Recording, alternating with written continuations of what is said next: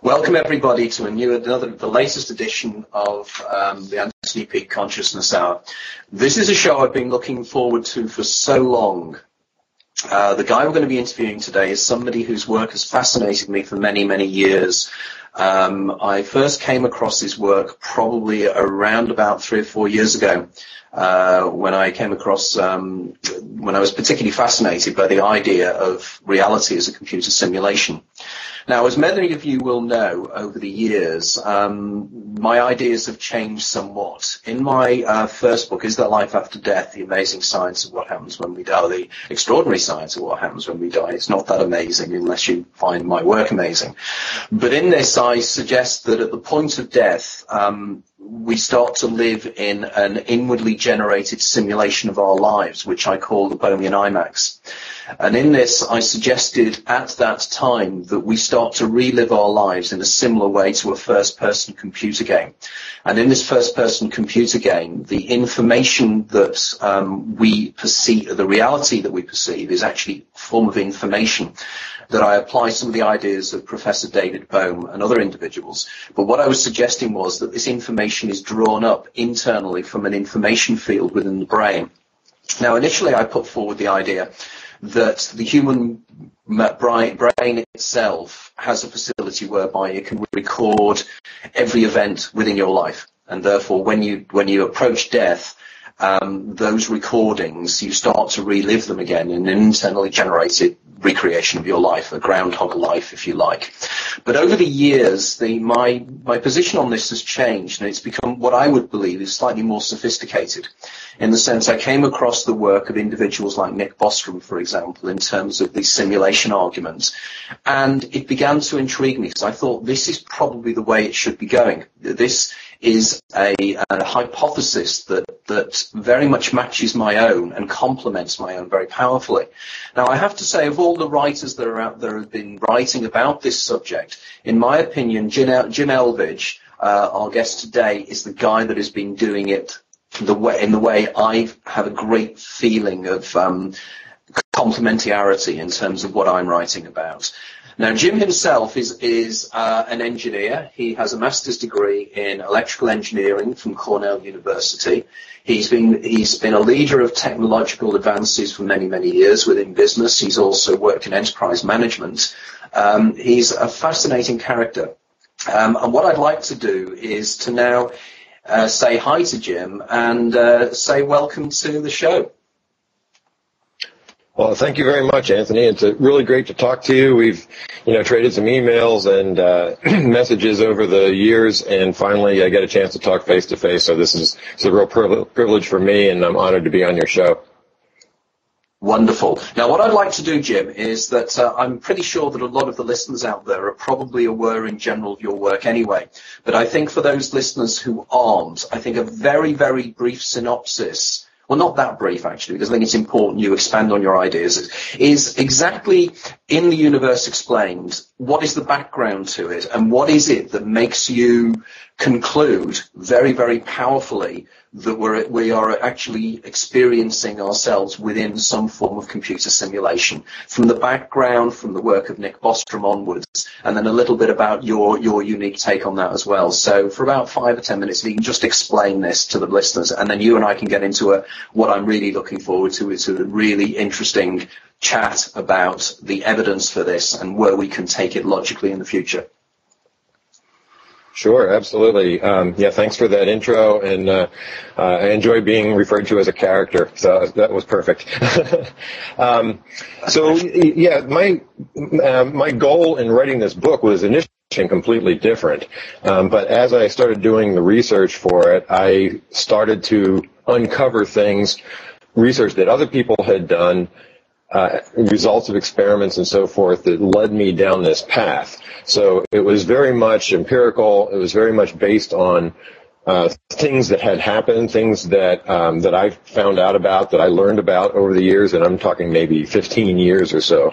I've always been kind of a truth seeker and always a little in favor of something a little bit different, anomalous occurrences or anomalous research, things that people are doing. I was interested very early on in the many worlds interpretation of quantum mechanics because it was different from the Copenhagen one. So I got, very focused on that. And over the years, I just kind of expanded my knowledge. But what I think has happened is that I've realized that if you look at our world, our reality, our universe with a very open and take things that people experience and take scientific research that has been done properly and sum it all up, you realize, as I know you do, Anthony, that the deterministic realism type of world with objective reality isn't quite right.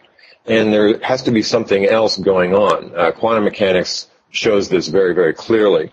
So what is that something else that's going on? And what I was struck by some of the work of, as you mentioned, Nick Bostrom, there are others, Philip K. Dick explored some of these ideas in the past, and other people, struck by some of their work that maybe were part of a simulation. And I began to think, well, is there evidence for that? And so the purpose of the book really was to explore the categories of evidence for it. And I went into the book with no particular agenda, just doing the research and trying to find out what evidence there is. So what comes out of all of this is, if you think in terms of like a Venn diagram of anomalies where certain types of theories, certain theories of everything can explain certain anomalies. And if you imagine where all those Venn diagrams intersect, they intersect in something that I call the consciousness-driven digital reality model. It seems as if our reality is digital, deep down, and we'll get into some of the reasons for that, it's extremely inefficient. And whether it's designed or whether it evolved, it would make sense that it would evolve in an efficient way. And so it's probably digital, which means that everything ultimately is data. And it doesn't mean that that's a cold and calculating model. The fact that, books are data and we have, very rich and exciting books to read and, warm movies and experiences and things like that. It's just that deep down, reality appears to be digital. And consciousness, the second part of this, is that consciousness doesn't appear to emanate from the brain, as you've probably come to that conclusion with your most recent book. I've also come to that conclusion doing research as well, that consciousness is somewhere else. And so that allows a lot of possibilities. We don't have to store all of these, simulation possibilities in our gray matter. They can be out there in the Akashic record. So I think that's probably about 5 minutes. There's much more to dive into here, and I have to apologize in advance, Anthony, if you see a cat walk across my keyboard, but I'm trying to keep her away. I know there's an animation of the archons is the cat. By the way, people, I love cats. They're my favorite animals, so please don't take that wrongly. One of the things I like about your work, Jim, is that you're very similar to myself in that when I started writing, I wasn't trying to prove anything. I wasn't trying to any prior beliefs I had. The conclusions I came to in my writing were purely and simply from my own research and my own analysis of the information. And I know that over the years my position has changed. And I was listening to one of your interviews recently, and you very much intimated exactly the same idea, that I don't necessarily believe 100% that this is the case, but it is the evidence is compelling for me, because it at least explains why consciousness or what is exactly going on around us and the anomalies that we perceive. Now, one of the things that I'd love you to explain, because I've heard you explained it before, and I think that probably you are the most effective explanator of Nick Bostrom's hypothesis about the simulation argument, and the idea that the evidence is fairly compelling that we are in a simulation that has been modeled by a future civilization. What I'd like you to do is just explain a little bit about Bostrom's three options that he thinks humanity may develop in terms of Moore's law and the capacity for processes to process information. So you could explain a little bit about this and then expand a little bit more on how you've expanded upon that idea. Okay, sure, great. One aside here, Anthony, is that it's interesting that Moore's law seems to be flattening out lately. It isn't flattening out necessarily in terms of transistor density, but transistor density is creating heat problems, so they can't actually clock CPUs at faster and faster rates. CPU speeds for your average computers now, desktop computers, haven't really changed over the past 8 years or so. So, and that, there's been a lot of assumption about Moore's law leading to a singularity and things like that. Moore's law is, kind of generally applied to the idea of a doubling every couple of years of technological capability. But really, it's only doubling the transistor density. It's not doubling the performance, which means, now we're not able to say, well, every 2 years we get a doubling of the ability to get closer to an AI, for example. So I just wanted to kind of put that out there that that does impact a little bit some of the times that are in Bostrom's argument and the singularity argument. So back to Nick Bostrom, he wrote this paper, the simulation argument, back in 1999 or 2001, somewhere around then.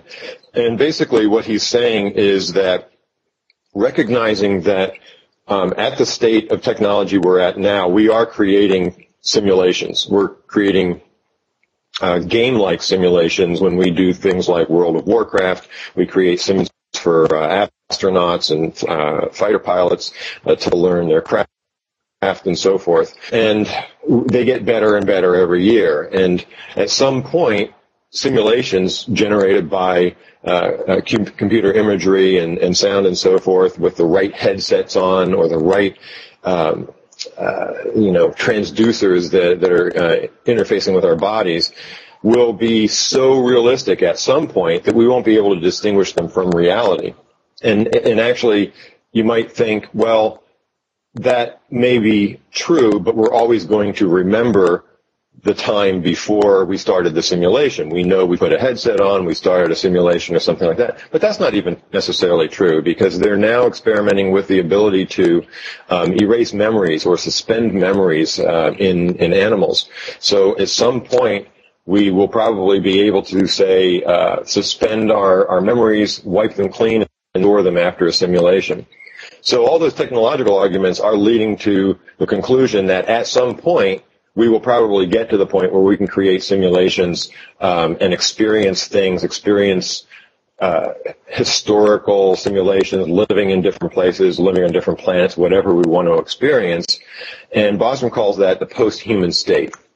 So his logical argument is either we're not there and we're never going to get there because we destroy ourselves before we get there, or we're not there and we're never going to get there because we choose not to get there, or we are there in the post-human state and we're creating these realities. And in that case, because we will create so many of these simulations, the likelihood that we're in one of them now is much stronger than the likelihood that we're not.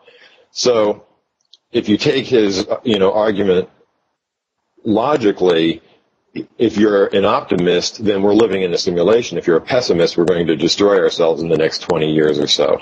And his third option of making the conscious choice not to pursue that technology, I kind of throw that one out. I mean, when have we ever not pursued nuclear energy or cloning or any of these nanotechnology, any of the other technologies that have a potential danger? We just do. We those. So there's no reason why we're not going to pursue AI or simulations as well.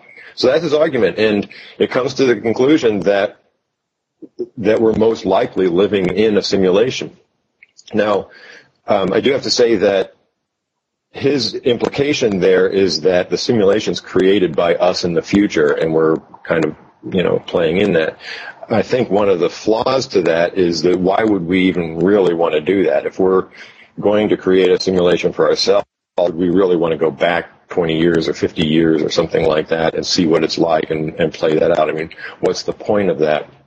In fact, some of the evidence that we'll be talking about tonight points to a greater purpose that we have. There's no real great purpose in,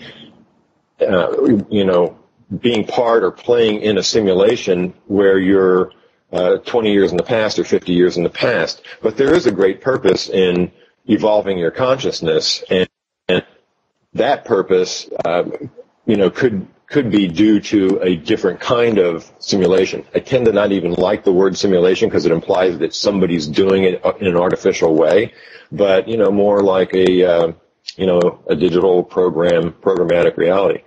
So the creator of this doesn't have to be us in the future. It could be an extraterrestrial, or it could be an AI, or it could be just the system itself, which I think is the most likely case, that the self is digital, has created this, what we call reality learning lab that we experience, and it evolves on its own according to some fundamental law. Yeah, because this is intriguing, isn't it? It's quite fascinating, the idea that this is some form of simulation, and who is the person creating the simulation. Because I don't know if you've come across the work of Vlatko Vedrell at all, who's professor of physics at the University of Singapore. Jim, do you know of him? No, I don't. Okay, he's written a fascinating book, again, that is doing the physics of the idea of the simulation argument, and he very much takes the idea of information. He takes the David Bohm concept of information running on a computer, and he argues that effectively, people tend to assume a computer is the machine on a desk, but of course a computer is anything that processes information in any particular way. And Vedrell is very, very similar to Bostrom in the sense that he says that logic must conclude that this must be some form of simulation, because if you go into the quantum physics and if you go into the subatomic particles themselves, and I know that you've mentioned this in one of your interviews, and it rang so true to me from my own ideas on this, that effectively, the vast majority to a vanishing number of decimal points is empty space. And in effect, if we actually then believe that quarks themselves are actually made of strings, and these strings themselves are just vibrations in a field, we start to realize that everything can be encoded digitally. And there's absolutely no reason why what we consider to be physical reality is in fact some form of internally brain-generated illusion. Of course, the argument then is the brain itself is within the illusion, so in other words, or within the system. But of course, for me, the major problem is, and it was something I put up on Facebook a few days ago, and it'd be interesting to just discuss this for a second, is there's one thing to say that we would have the computing power to be able to simulate people, simulate consciousness, simulate a reality, simulate a universe. But the difficult thing is, how do we simulate self-aware consciousness? In other words, we have this whole argument of the Turing test and everything else as to, just because I can simulate a brain and I can simulate all the processes in a brain and everything else, how does that then create self-conscious awareness? How does that create the ability of being me, or being Jim Elvidge, or being Radia Nunez? Have you any idea how we might explain that? Yeah, the way I look at it is that our consciousness, and I have to give a nod to Tom Campbell here, because he's really developed these ideas very well, and I respect his work quite a bit. And it fits in, again, with a lot of the evidence that we're seeing. So in that model, our consciousness is actually, think of it like all that there is, think of it as a big cloud. And our consciousness is like a segment of that cloud. You identify some molecules of water vapor or whatever, and you say, right there, that's Jim's consciousness. So that's cordoned off, and that is in some way that it's boundaried. And Anthony's is over here as well, all part of the greater global consciousness. So consciousness itself and self-awareness comes from the greater system. Why does it? What is it? Is a huge question, and then something that I can't answer. I don't know that anybody ever could answer. But if you take it from the standpoint that we know consciousness exists because we experience it, why couldn't we just say that consciousness is fundamental? And so that's Campbell's argument. The consciousness is part of the bigger system, and our individuated consciousness is just part of that. So this reality learning lab that we're experiencing is, say, an instance of the program, if you will, that allows us to interact with each other. All the conscious entities that connect to it essentially have consensus. So when we all see a blue car drive down the street, we all say, oh, yes, it's blue. If we didn't have that consensus, it would be like we were dreaming. We wouldn't believe anything. We wouldn't learn from it. We would think, oh, this is all an illusion, a fantasy in our minds. But the fact that there is a consensus with other conscious entities, other people that we interact with, makes us think that this reality is very hard and very objective, when quantum mechanics is telling us it really isn't deep down. But the apparent realness of it and the apparent hardness of it is enough for us to learn from it and to say, okay, I've just really experienced this. Something felt hard. Something smacked me in the face, whatever it is. I'm going to modify my behavior. I'm going to be more patient, more whatever the goal is that we're trying to achieve in evolving ourselves.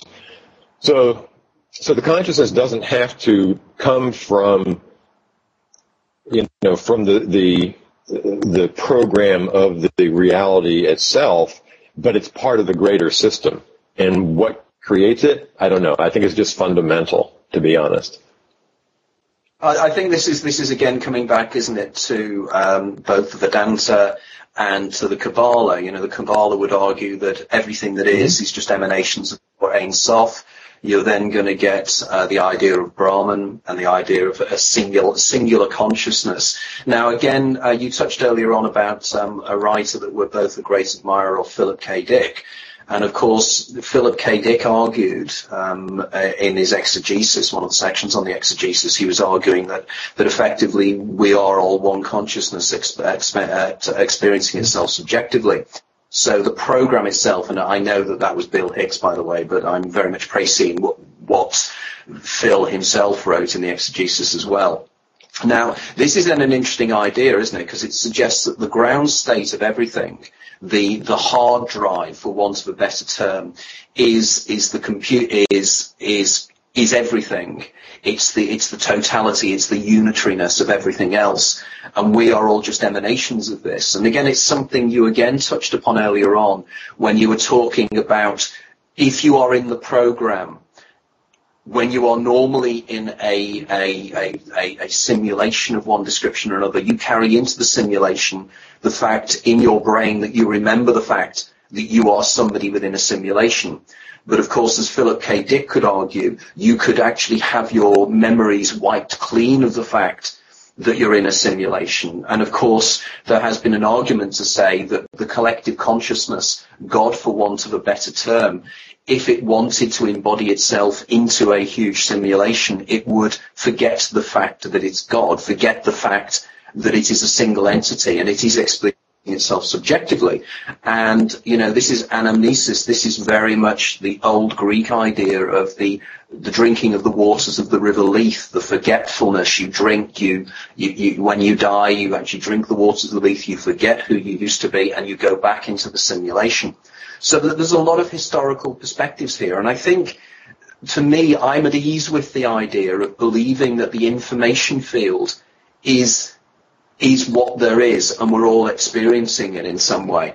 Now, how would you convince somebody out there when they're listening to this saying, what evidence have you really got for this? We're hypothesizing about future civilizations, and the idea of I'm reminded of, I can't think of the guy now, wrote a book called The Physics of Immortality, who came to a similar conclusion, one of the guys that was behind the cosmic anthropic principle.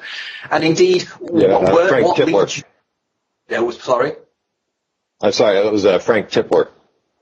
It was Tipler, wasn't it? Yeah, The Physics of Immortality. Mm-hmm. Now, as a grounded scientist yourself, what is it that leads you to suspect that Bostrom is right? And what is it about physics and science and the present state of physics that leads you to believe that the simulation argument is probably the best option we've got for them to this mystery of how consciousness exists. In other words, how my consciousness, which does not have extension in space, nor indeed time, and I know in your book you actually write about the concept of time as well, and the work of Barber and various other individuals. What convinces you, as a grounded scientist, that this could be the explanation? Well, first of all, I do have to admit I'm not, really a scientist. I took plenty of grad level physics classes and did fine in those, and probably would have gone down that path if it weren't for the fact that I was, a little bit more interested in, a career where I could make better money. I think that's why I went into engineering. So I was always fascinated with physics, but I don't have a PhD. But I don't know that makes not a scientist. I can conduct the scientific experiment very well. I understand the scientific method and what it means. And you touched upon something recently, or just a couple of minutes ago, that I wanted to expand upon, which is, the idea that the question about what is science. Nothing is fact. Everything is a theory. And even the theory of relativity that has been shown to be very accurate, theory of quantum mechanics, other theories, they evolve over the years. And, what at one point is just something that's based on a lot of evidence, later on some evidence comes along that makes you need to modify that theory or rethink that theory or entirely throw it out. So all I'm talking about is a theory that does have some evidence. It has some supporting evidence, even though, in some cases, maybe there's some falsifiability in there, but it's testable. There are people doing tests now on whether or not our reality is digital. It's observable. It's actually predictable. So some of the hallmarks of what a scientific theory is actually do kind of fit into this. So getting into your specific question about what is it about the research that's been done today that leads me to believe in this? I'd say the core thing is probably the observer effect. As you know, there's a famous experiment that people have referred to as the most beautiful scientific experiment ever, which is the double slit experiment, which has some just astounding implications. It was initially done with light and then later on done with particles, and the first interesting aspect of it was that it appeared to show both the wave and the particle behavior of either light or particles.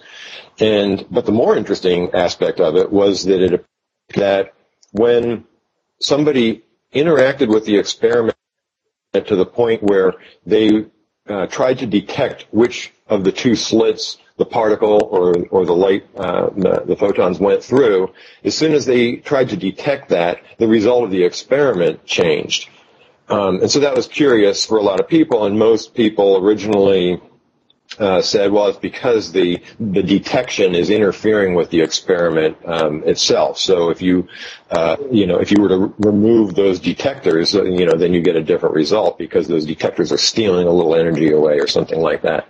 So over the years, different research labs have been coming up with more and more creative experiments. So in 1998, for example, the Weizmann Institute came up with an experiment where the reality actually shifted depending on the amount of observation.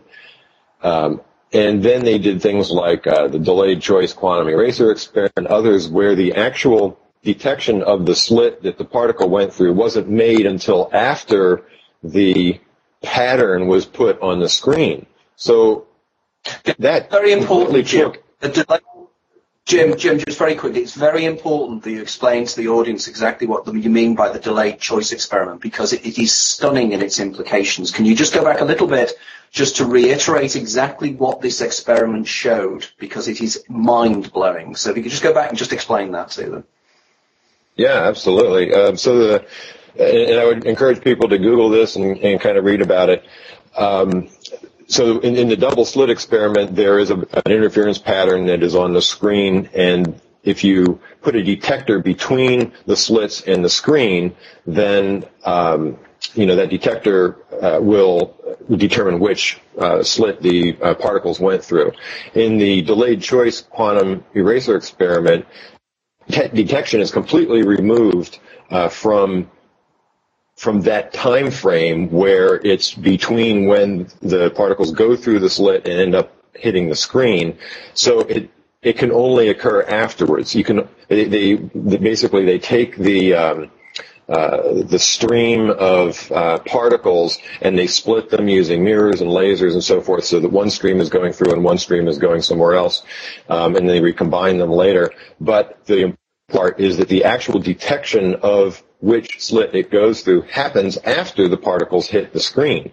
And yet, when humans observe that, that result, the screen will still show the what they call the collapse of the wave function, or the fact that once we know which slit it went through, even though we know it after they hit the screen, then the screen appears to indicate that we knew it before it hit the screen. So it's almost like a retrocausality, almost like something is happening after the fact. But it could possibly be that the interference pattern happens on the screen, but an instant later, when we realize it, it disappears. So, the detection, the fact that it's happening afterwards, kind of proves that there's no impact to the measurement, and it takes away all of those arguments that people made a detector was influencing things. So it really seems to be our conscious awareness of the result of that experiment that changes the experiment. That's the key thing, and that's what the observer effect is. Another research institute called... Please go on. Okay, sure. Another research institute in Vienna, Austria, called ICOQI, IQOQI, in 2008, they, Anton Zeilinger, and did sort of, I think, the definitive experiment that put the final nail in the coffin of objective reality, and they determined to a certainty of 80 orders of magnitude that objective reality doesn't exist and only comes into being when observed. Now, this is really an amazing result. They did this at a very microscopic, subatomic level, and a lot of people will say, well, how does that apply in the macroscopic world, which is a path you and I can go down, now if you want to. But the interesting thing is, if it happens at the microscopic level, that just says something really fundamental about the nature of reality. And that fundamental thing that it says is that our conscious interaction with reality does result in the creation of some aspect of that reality. Okay, I'll play devil's advocate here, because many people know my position on this, but I'll still play devil's advocate for the point of discussion. Many people will argue that the act of observation is in fact the act of measurement, and therefore the wave function is collapsed when there is an act of measurement taking place, not the observation by a sentient consciousness. How would you counter that argument from the evidence of the work of people like Zeilinger, who I'm a huge fan of? How would you argue that away, the argument? And I know there's Wigner's friend and various other ideas, but how would you say that, no, it's consciousness, it's not the act of measurement, it's the act of conscious observation? Yeah, really good question, Anthony. And to be honest, I've been researching that a lot, and I haven't really found evidence for an experiment that separates out the conscious awareness of the result from the detection. So in other words, like let's say your experiment results in interference pattern, but humans aren't aware of the results of the post-screen detector in the delayed choice case. We're not aware of it. We're not allowed to see that. Well, you would think that in that case, it would stay an interference pattern until somebody, say, opens up the envelope or reads the data for it, and then it would collapse back to a double slit. But nobody's done, as far as I can tell, I can't find anybody's done those experiments. In the end, I'm not sure that it really matters. If we're going to observe it, perhaps the system is aware of that and collapses the wave function anyway. But it's a really good question, and I continue to kind of research that as well. Yeah, because these are areas that fascinate me as well, and of course that was the whole point of Schrodinger's cat, and the idea that, the wave function is collapsed and it's not observed? Does it actually continue to be in two separate realities?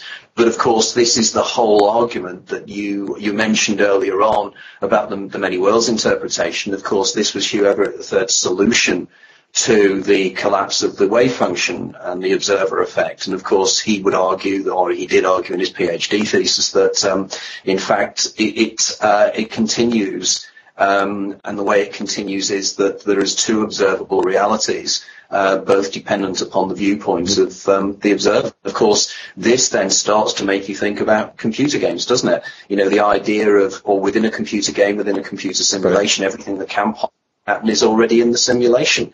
So maybe we can touch on a little bit of the ideas that could bounce out from that as well. Yeah, absolutely. So there are other sort of avenues of inquiry that you can go down that lead you to the same conclusion, that consciousness is separate and that observation helps create reality. It have to necessarily be, you know, the results of the double slit experiment. But when you add them all up, there's a really compelling case for this. So one example is there's quantum Zeno effect, entanglement. So entanglement is a puzzle to everyone because they notice that if you observe two particles, you get two particles close together and make an observation on particles, they suddenly behave as if they're one particle. In other words, whatever one does, the other one does, and you can thereafter separate these particles theoretically by light years. And I know they've only been separating them by miles, but they continue to push the boundary of how far they can separate things out and still verify entanglement. And one of the things that they're verifying when they do this is there any delay between the behavior of one particle and another particle, such as explained by a communication at the speed of light? And of course, knowing, you know, Einstein's relativity, information can't travel faster than the speed of light. But what they find is that no, the speed of light is basically instantaneous. When one particle changes, the other particle changes, and they could be light years apart. They're going to instantaneously change at the same time. So what explains this? Well, and this is where the video game model gives us a really good model for an explanation for this. If you think about a video game, let's imagine some, you know, kind of fantasy game where we're all external players, we have avatars in the game, and we're, you know, interacting with each other, and there's some sort of landscape of a fantasy world, and there's a room there or a little building or something, but there's no way to get into the building. Well, the computer program that's generating the game doesn't need to design the inside of that building. In fact, it would be very inefficient for it to do that, just like it would be inefficient for it to design the inside of a tree or, design the undergarments that all the characters are wearing. If they can't be seen, it doesn't need to be designed. It's just wasted CPU cycles. So you got this room, and nobody's ever gone in it. There's no need to design the inside. Now, all of a sudden, the program, for whatever reason, puts a key somewhere, and somebody finds it, and they're able to now unlock the door and open the door to the room. Well, as soon as they do, the efficient thing for this program is to now dynamically generate the inside of the room based on whatever, based on expectations of the players, based on the design of the times, whatever it is, it'll just create that design. So this is what's called dynamic reality generation. It's commonly used computer programming, especially for these massively multi-online role-playing games. Well, what does that have to do with entanglement? Is that it's really the same thing. We've seen that particles seem to be in this sort of probability space that's called the wave function, but it's not until you actually observe them that wave function collapses. That was the metaphor that Niels Bohr had used.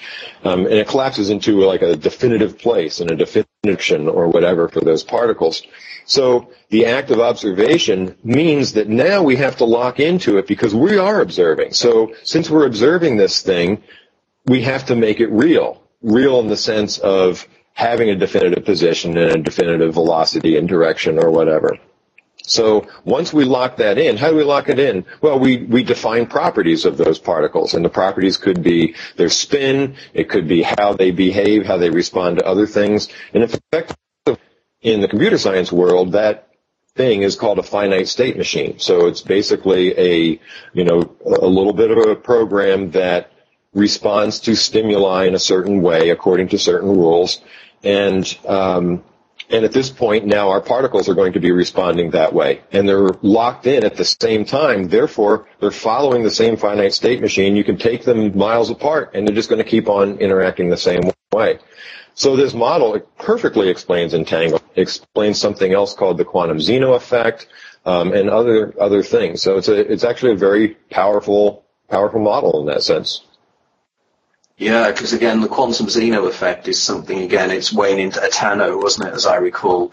And again, the quantum Zeno effect is quite fascinating because I think, as I recall, it's the idea that as long as you watch the subatomic system, it's like watch kettle never boils, that effectively the wave function never collapses because you continue to observe it, but the moment you cease, it's just like Zeno's effect. And this, again, these are little things that, and I always find this, that there's kind of little things that you come across and you think, that's a clue to the reality. Because one of the things you touched on earlier, and I think maybe the listeners need to be aware of this, is that there are two real areas of physics, modern quantum physics and modern physics full stop.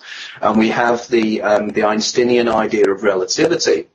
And then we have quantum physics and the standard model of quantum physics. And of course, both these systems are very, very effective. The Einsteinian system and the relativity system works for very, very large objects. And the quantum physics and the standard model works very, very well for subatomic particles and very tiny things. The problem is that the two systems are completely mutually exclusive in the sense that if you apply the maths of one to the other, you end up getting infinity. So therefore, there must be a deeper level of reality, a deeper functioning, for want of a better term, where quantum physics and relativity can work together. Now, this is self-evident to me that effectively, as a huge fan of the writings of David Bohm, I would say that David Bohm had it right when he said about the implicate and explicate orders, in the sense that at a lower level of reality, that there is something more. There is something where the variables break down. Now, again, David Bohm would argue that when you have two entangled particles, and effectively, if you do an effect, you measure the location or the spin of one particle, the other particle's spin immediately collapses within the other particle instantaneously. David Bohm would argue at a deeper level of reality, that particle is in fact one particle. And all you're doing is you're affecting the particle instantaneously. Now, if we argue that this is a form of computer simulation we're existing within, we don't need to go down the route of distance or time, because both time and space are constructs of this program. And effectively, outside of the program, there is no time and there is no space. So therefore, instantaneous communication, spooky action at a distance, as Einstein called it, is perfectly applicable. And it's because people understand how computer programs work. They understand when they play a computer game. But effectively, they never ever realize that this is how we perceive reality now. Now, I know in your books you touch in upon how we perceive reality, how the brain processes reality. So I'd like you to touch on a little bit about this now. I'm aware that we could go on for hours on this, and my apologies for going off on tangents, but having your attention for a time, because you're somebody I've wanted to speak to for so long, and what I'm doing is now I'm enjoying the discussion with you. But I suppose we must get back to what the audience are interested in. So in terms of the simulation itself, how does it, what is the point of it? Why are we in it? And what is the point of it? Yeah, so, oh my gosh, Anthony, you and I are just in lockstep here, because everything that you just said, I'm just, dying to comment on because I agree with it and want to add to it. So, there's so many, you're right, we could go on for hours. And let me get to the point in just a second, but I did want to first say the thing about all one particle and Bohm's model of implicate order and so forth, if you think about the way I described it before, that one particle is the finite state machine. So if you have particle A and particle B that are following the same finite state machine in a computer model, it just means that they're data elements in the computer model that get updated in the clock cycle effectively. So the definition of particle is some data element that gets updated, and if it's being done in the same clock cycle within that same finite state machine element, then it is effectively the same particle, and it just completely explains this. So what's the point of all this? I mean, that's really the great question, and I go back to some of the things you said earlier about Kabbalah and some of the esoteric research or experiences, the Greek philosophy.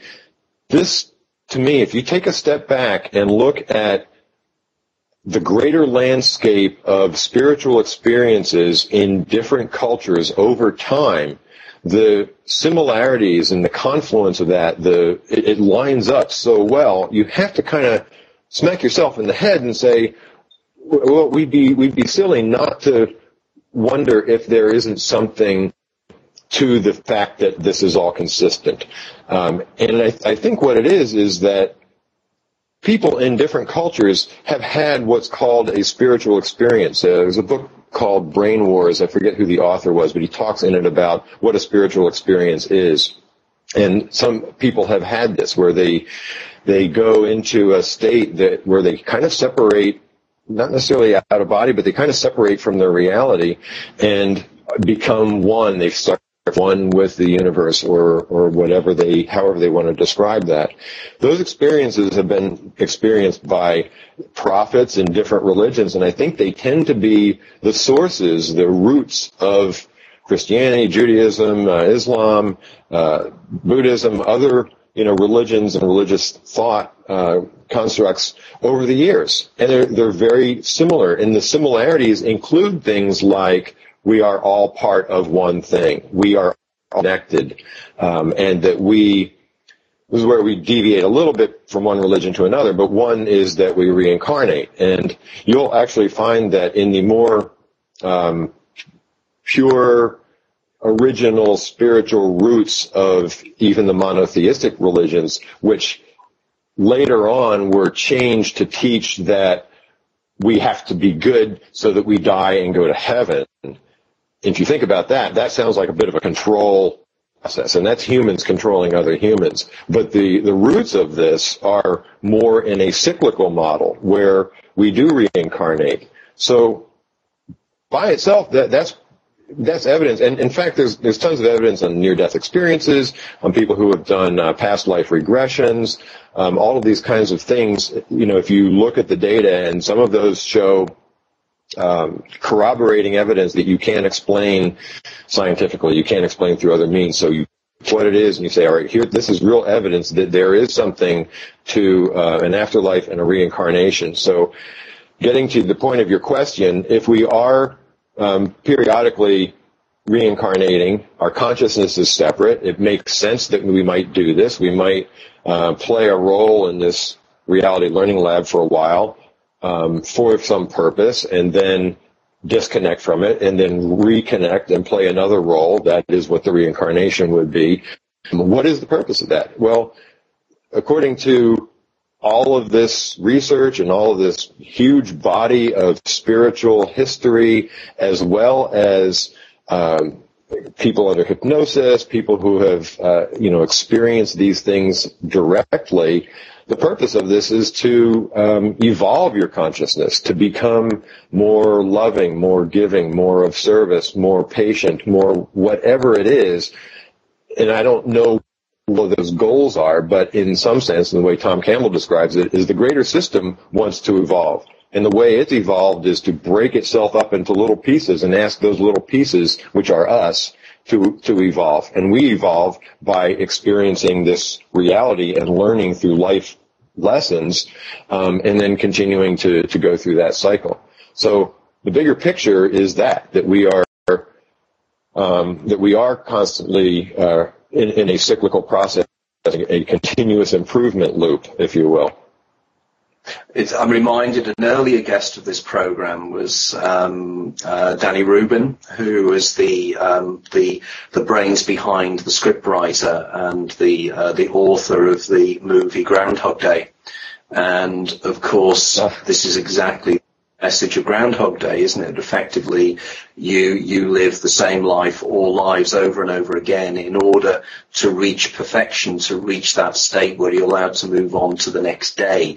I would use the analogy, it's actually winning the game. Now, again, the stuff you say is just music to my ears. The synergy between what you're writing or what I've been writing about is absolutely phenomenal.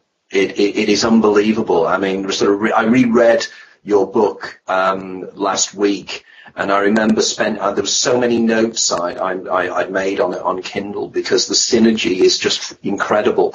And I think there are a handful of us, maybe a few more across the planet, who I genuinely believe are joining the dots, because what we're doing is we are people who do not have any necessary belief systems at all. What we're doing is we're putting together the information and going, gee whiz, that makes sense, this makes sense. And we're slowly pulling together. I mean, for instance, sort of Tom Campbell's been on my shows before, and Tom Campbell and I have done a couple of interviews together as well. And we're all coming at it from subtly different angles. Have you come across the work of Bernard Heish at all? Yeah, I have. I can't put my finger on it right now, but the name does sound familiar. Okay, Bernard wrote a book called The God Theory. Bernard is an astrophysicist at Menlo Park, and he's also one of the world's leading experts on zero-point energy, the zero-point field. And again, his conclusions he comes to is very, very similar. It's again the idea of there's a collective Ein Sof, or whatever we want to call it, that we are part of. And again, it was something you said quite fascinating earlier on about what I know as the oceanic experience, the thing that the great researcher Buck used over 100 years ago, and the idea of there's a kind of a collective something. And I mean, Tom Campbell, yes, he would call it I can't remember Tom's terminology for it, but yes, the kind of the thing behind everything, because Tom loves his 3-word acronyms, doesn't he? But effectively, AUM, I think. Yeah, absolute on something manifold, if I remember right. Yeah. Yeah. Now, I'm thinking along the lines here that it would be really fascinating to get you, myself, and Tom together on one of these shows, but then again, what we do is we go off on tangents, because I'm so much wanting to talk to you about books. I keep forgetting out there that there's going to be people listening to this, but I know that the nice thing is that an awful lot of people out there are very aware of my work and your work, so therefore we don't necessarily have to fill in the bit missing pieces, because they'll fill them in. Now, I'm aware that we're down to about our last 5 or 6 minutes at the moment. So what's your plans for the future now? What's the big thing that you're involved in now? Well, actually, I've just outlined a new book, and the Universe Solve also I signed a deal with the German publisher, so that'll be translated into German pretty soon, which is a good thing. I have a day job, so 9 to 5, I'm doing something different. I'm actually helping companies become resilient and agile, and there's a lot of overlaps in terms of sort of mindfulness and empowering people and things like that. And the values of the theory that we've been talking about. So there's a little bit of overlap to my day job, but I don't have a lot of cycles outside of that to make progress on things as much as I'd like to. That said, I am working on. I have a set of models for all of these anomalies and how they're explained, and I've got graphics for all of them, and I think they're going to be a core part of the book, as well as the bigger picture, which is how scientific and how powerful it is to recognize how much it explains, and why that is a valid scientific way of looking at things. So that's my goal in writing a new book, is going to just take off from like all the kind of discussions that we talked about today. The previous book was very fundamental in that sense, and this new one will just explain so much more.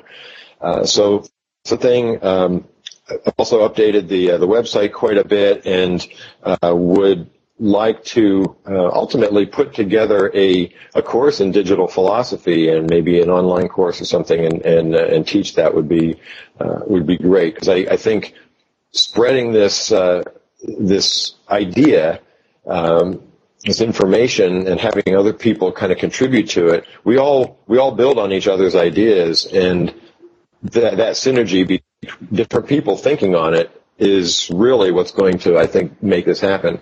And one final thing is, I have contributed to a book that's going to come out this year called The World Transformed. And my article was about how the digital consciousness-driven philosophy can really transform the world. That kind of transcends a lot of these, arguments about things. And instead you start thinking about, if we realized that this was the case, we would behave differently. We wouldn't be involved in petty wars, and we wouldn't be so, individuated and scraping for resources. And we might think about life a little bit differently. And instead of, focusing on extending people's life to the point where they die without dignity, instead focus on making their lives better when they have the time to do that. Focus on improving quality of life during life, and allowing the fact that we're probably going to end up going through this process again. So I think it has some real implications for a positive view of the future of humanity, and that's maybe perhaps even the bigger picture here.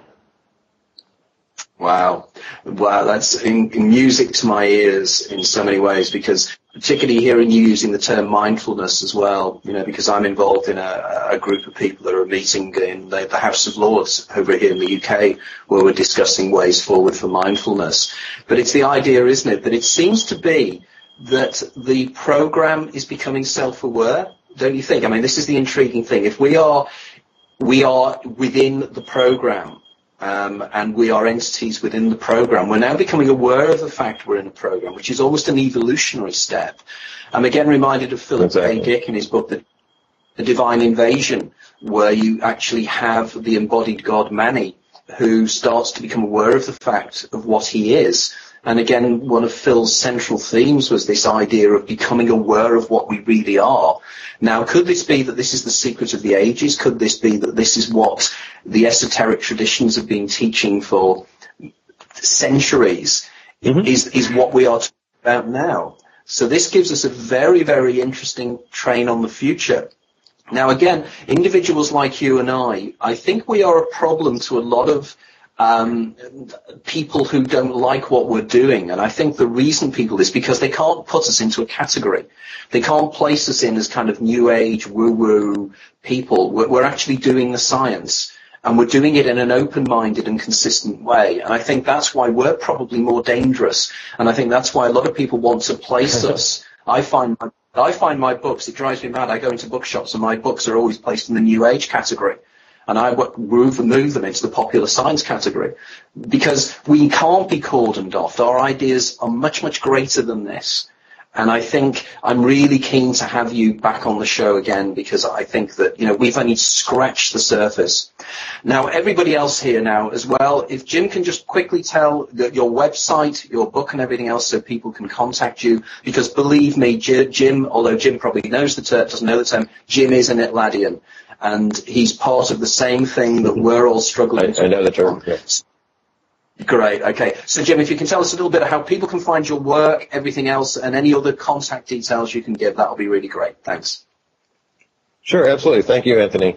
So the website is called theuniversesolved.com, all one word.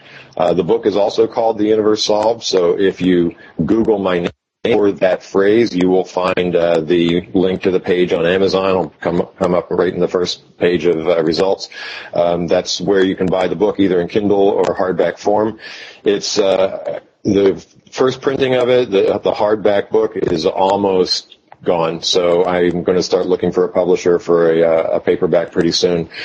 And on the website, you can find a link to a Twitter feed, which I haven't been using much recently. I've been posting more things on the Facebook page, Universe Solved. For whatever reason, it just seems to be a little bit more interactive. People can spend a little bit more time responding to things. So in terms of connecting, feel free to follow the Universe Solved Facebook page. Feel free to contact me. My contact information, email address is right on the website as well. And I like sharing information and hearing people's stories and sometimes collecting evidence for this theory. And Anthony, thank you much. It was a stimulating hour, and I really look forward to talking to you more about this.